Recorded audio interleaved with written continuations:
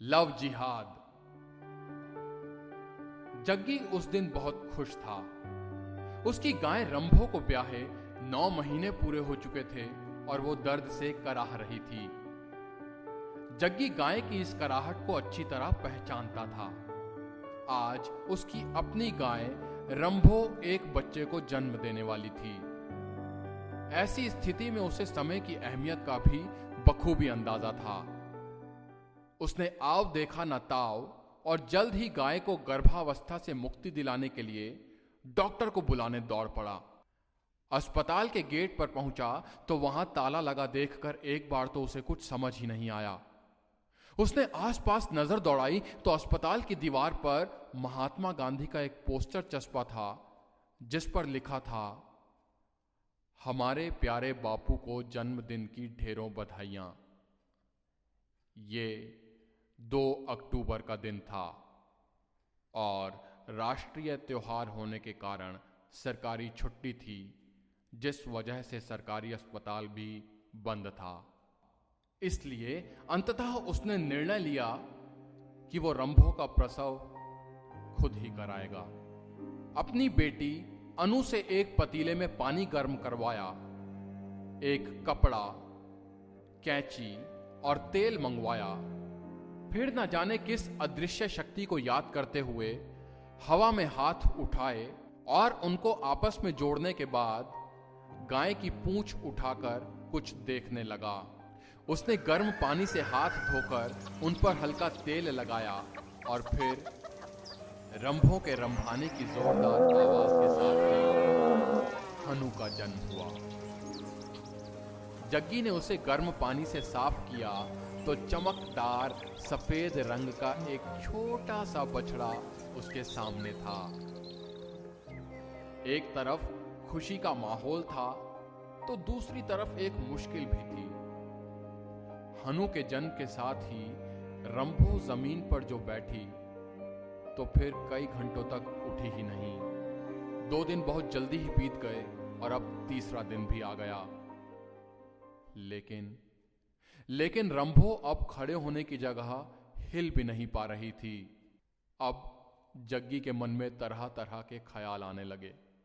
उसने रंभो को किसी गाड़ी में डालकर अस्पताल पहुंचाने का मन बनाया। इसके लिए वो उन सभी के पास गया जिनके पास ऐसी गाड़ियां थी जिसमें गाय को चढ़ाकर अस्पताल पहुंचाया जा सकता था। हालांकि गांव में ऐसे 4-5 ही घर थे।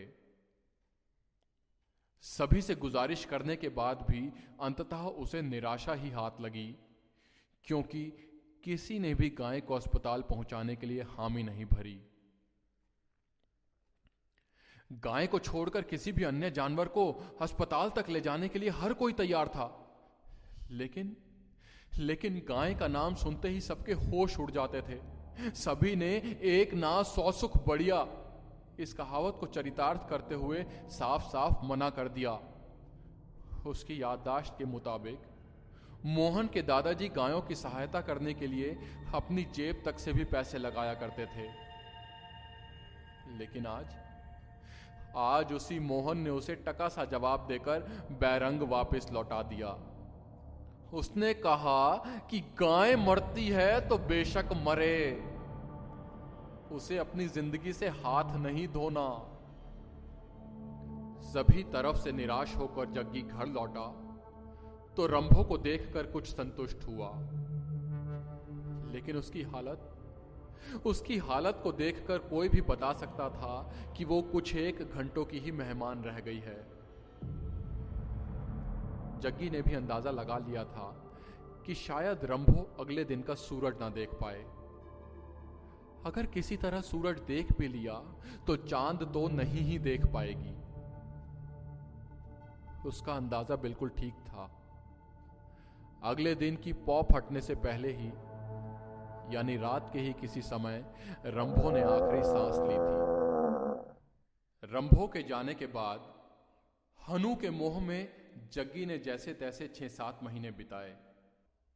फिर एक शाम अचानक ही बैठे बैठे उसके चेहरे के भाव बदल गए। उसकी मुख मुद्रा गंभीर हो गई, मानो किसी निर्णय पर पहुंच गया हो। उसने अपना मोबाइल फोन निकाला, नंबर मिलाया और प्रतीक्षा में बैठ गया। फोन मिलाने के आधे घंटे के भीतर ही एक व्यक्ति वहां आया।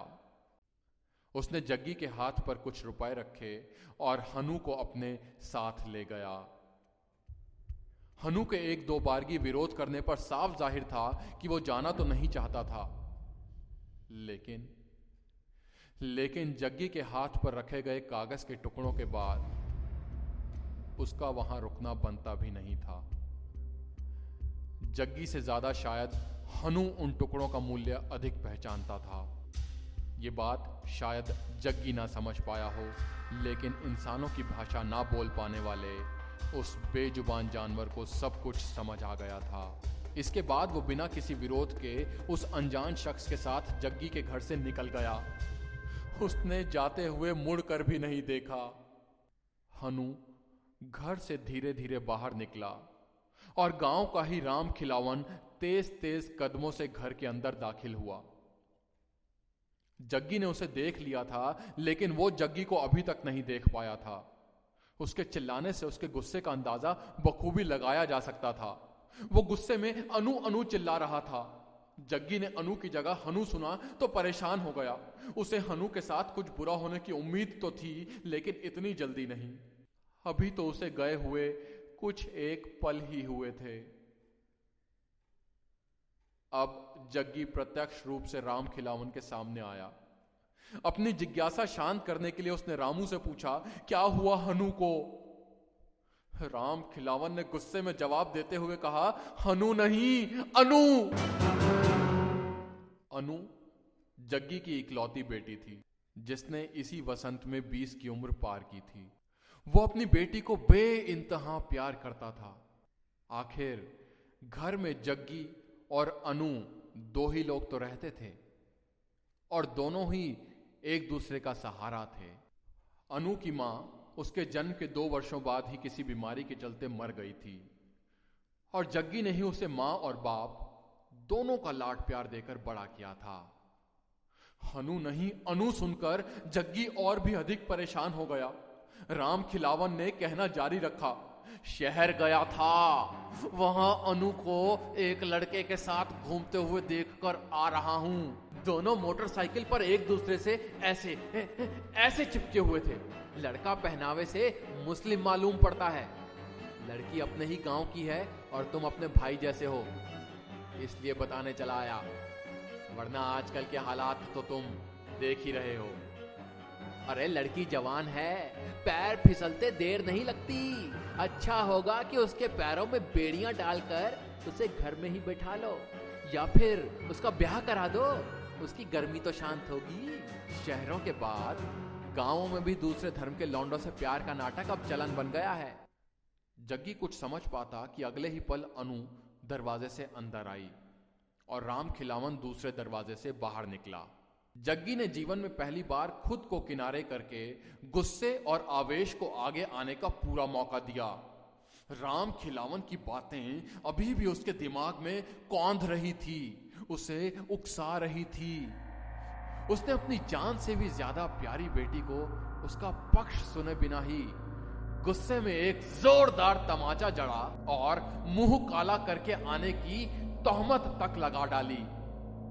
उसने अगले ही मिनट गुस्से को पीछे करते हुए आवेश को आगे आने का पूरा मौका दिया और अनु को दूसरा तमाचा जड़ दिया, फिर तीसरा और उसके बाद चौथा भी।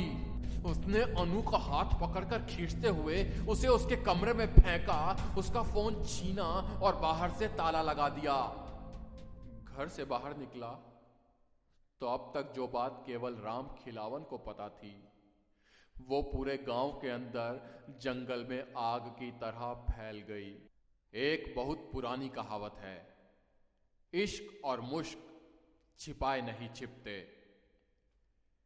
किसी को चुप तो कराया नहीं जा सकता और फिर जितने मुंह उतनी बातें। इस मुहावरे की सच्चाई को बयां करते हुए कोई अनु को छिनाल बता रहा था तो कोई रंडी। किसी ने उसे पिछले 2-3 दिनों में ही 3-4 लड़कों के साथ घूमते हुए भी देख लिया तो किसी ने उसके गर्भपात करवाने की पुख्ता जानकारी होने तक का दावा कर दिया। जग्गी को मानो काटो तो खून नहीं, मानो दुख के सारे पहाड़ उस पर एक ही दिन टूट पड़े हों। दिन का चौथा पहर था। अंधेरा बढ़ रहा था। सर्दी के दिन थे। जग्गी मानो एक एक पैर को अपने ही हाथों से उठाकर घर की दिशा में रखता जा रहा था। वो अपने घर आने की दिशा में खुद को पहली बार इतना लदा हुआ सा महसूस कर रहा था। उसे अपने हाथ में उठाई 2 मीटर की रस्सी भी बहुत भारी लग रही थी। वो घर पहुंचा। उस भारी भरकम रस्सी ने जग्गी को घर के चौबारे में 2 पल बैठकर सोचने को मजबूर तो जरूर किया, लेकिन उसके इरादे को डिगा नहीं सकी। उसका दिल कुछ और कहता था, लेकिन दिमाग कुछ और। उसके सामने यक्ष प्रश्न यही था कि वो दिल की सुने या दिमाग की। उसके कानों में रह रहकर गांव के लोगों के ताने गूंज रहे थे। अगली सुबह का इंतजार उससे हो नहीं रहा था। वो कोई भी फैसला तारीख बदलने से पहले ही कर लेना चाहता था। अगले दिन गांव में पंचायत होनी तय थी और उसे पंचायत का निर्णय भी ज्ञात था।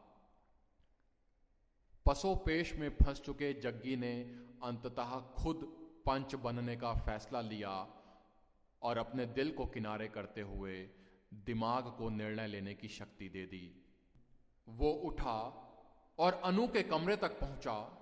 कमरे का दरवाजा खोला और अनु को देखते ही उसके दिल ने दिमाग को जोरदार तरीके से झकझोरा। उसे अपनी जान से प्यारी बेटी पर भरोसा तो था, लेकिन अपने ही भरोसे को वो पिछले 5 घंटे में कई बार तोड़ चुका था। किसी भी निर्णय पर पहुंचने से पहले उसने अनु को अपनी बात रखने का एक मौका दिया। अनु ने अपनी बात शुरू ही की थी कि उसकी पहली ही लाइन ने जग्गी के मुख की मुद्रा ऐसी बना दी जिससे एक बार फिर साफ जाहिर होता था कि वो किसी गंभीर निर्णय पर पहुंच गया है। दिल और दिमाग की इस कश्मकश में जग्गी बुरी तरह फंस चुका था।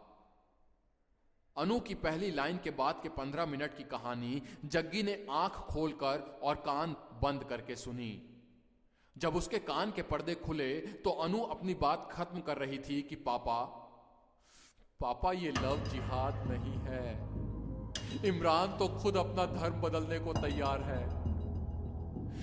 उसने मुझे कभी धर्म बदलने को नहीं कहा। धर्म और जाति देखकर हमने प्यार नहीं किया पापा। मैं उसके घर वालों से मिल चुकी हूं और उन्हें हमारे रिश्ते से कोई ऐतराज नहीं है। मैं आपको ये सब बताने ही वाली थी। उसने अपनी बात खत्म की, लेकिन जग्गी मानो अपनी सुप्त इंद्रियों से अभी बहुत कुछ सुनना चाहता था। वो जहां बैठा था वहीं बैठा रह गया। करीब 10 मिनट की चुप्पी और खामोशी के बाद अनु ने अपने पापा को पानी देते हुए छुआ। इस छुअन ने मानो जग्गी के सुन्न पड़ चुके शरीर में एक बार फिर से प्राण फूंक दिए। वो होश में आया और गुस्से में लिए जा चुके निर्णय को बदलकर किसी दूसरे फैसले पर पहुंच गया।